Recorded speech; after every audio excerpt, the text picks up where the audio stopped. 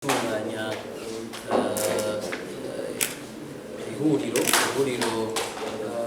ku bijyanye n'umwidegemvyo byo guhanahana ibidandazwa hano mu gihugu cyacu cy'u Burundi. Ihuriro niryo ryatunganijwe n'ikigo CDRDB mugabo cahuje abahinga batandukanye bavuye mu makaminuza atandukanye cangwemo kandi ndetse n'abikorera utwabo twakwita secteur privé, amahinguriro, ubushikiranganji butandukanye na cyane cyane ubushikiranganji bw'ubudandaji, harimwo ndetse n'abaje baserukira imigwi itandukanye yorohereza canke ikurikirana ku munsi ku munsi korosha ibidandazwa mu Burundi. Hanyuma ndetse harimwo ndetse n'abasanzwe bakora ku munsi muri ico gisata cyo guhanahana ibidandazwa mu gihugu cacu c'u Burundi. Aha ntibagiye ndetse n'abahinga b'ameshamakuru twari kumwe kugira ngo badufashe gushikana kure abatashoboye gushika hano hino ihuriro rya mbere rihagaze uko mbega hohanahanwa ibidandazwa gute, vyogenda gute, n'ubwahe buhinga bwokoresha kugira ngo Uburundi mwinjira mu isoko rusange ya Afrika. Mbega Uburundi bwo kwitegura gute, mbega uno munsi uhagaze hehe, mbega Uburundi bufise iki, mbega buzokunguka iki, mbega ibindi bihugu vyovyo bimeze gute, vyifashe gute muri iryo soko rusange ya Afrika. Ivyo rero nivyo twahagaze kuno munsi, ariko kandi twerekanye ndetse inzitizi zihari zijanye n'ibyo twokwita haba ubuziranenge, haba mu mategeko, haba mu bikika mukiza mu gushiraho ingingo zitajanye n'injira ry'Uburundi mu isoko rusange ya Afrika. Aha hakaboneka abantu usanga bafata ingingo batisunze amategeko canke bakishiraho izindi ngingo zitigeze ziboneka canke igihugu kitigeze zishiraho icyo twita barrière tarifaire. Aho kandi hakaba ariho ndetse n'izindi nzitizi zihagaze kutamenya ibihari no munsi. Uburundi twasanze yuko bufise ingingo, amategeko, amasezerano meza, ariko abajejwe kuyashira mu ngiro canke abajejwe kuba muri ayo masezerano no munsi nteko yatahura, kubera ko kumbure ivyo bintu vyakozwe batagishijwe inama, badahamagariwe kubibamwo.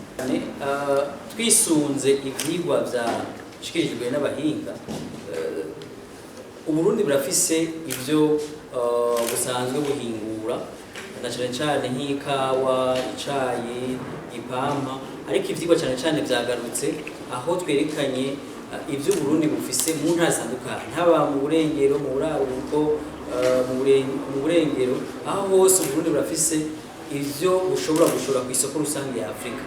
Hambavu y'ikawa, y'icayi n'ipampa dusanzwe kwita ko ari byo biterwa bihambaye canke byagaragaye yuko ku bice birenga 70% arivyo vyinjiza amahera y'agaciro mu Burundi. Hari n'ibindi biterwa ahantu bavuga nk'ibicungwe, za manderena, za pasteke, imyumbati, ibitoke, amavuta y'ibigazi n'ibindi bitandukanye uza gusanga mu gisata bitandukanye mu mpande zitandukanye z'igihugu cy'u Burundi, tutibagiye ndetse n'ahepfo imbo, aho dusanga dufise ikiyaga Tanganyika dusanga kirimwo amafi.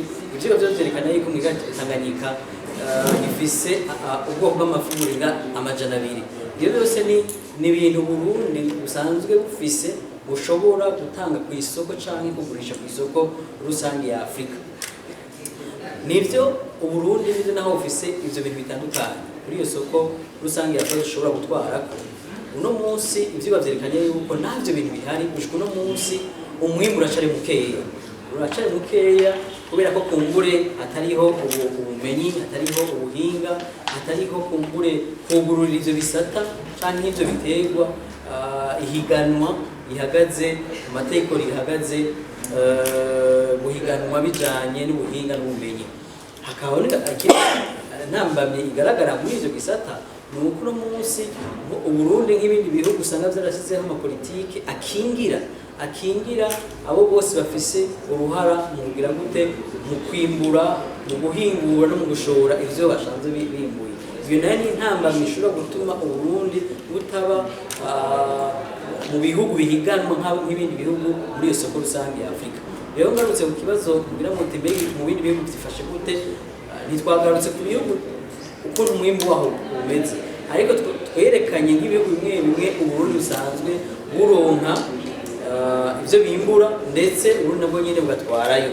Aha twavuze nk'ibihugu biva muri Aziya, ibindi bikava muri Afrika, babonye ibindi biva muri Europe, ariko muri rusange ico noshobora kuvuga nuko ivyigwa vyerekana yuko ibihugu vya Afrika guhanahana ibidandazwa hagati y'ibihugu vya Afrika biragoye cane gusumba yuko bahanahana ibidandazwa hagati y'ibihugu vya Afrika n'ibihugu vya Europe. Ivyo vyerekana yuko hagati yuko bahanahana ibidandazwa hagati y'ibihugu vya Afrika bitarenga ibice 15, ariko hagati y'ibihugu vya Afrika n'ibihugu vya Europe birenga ibice 75%.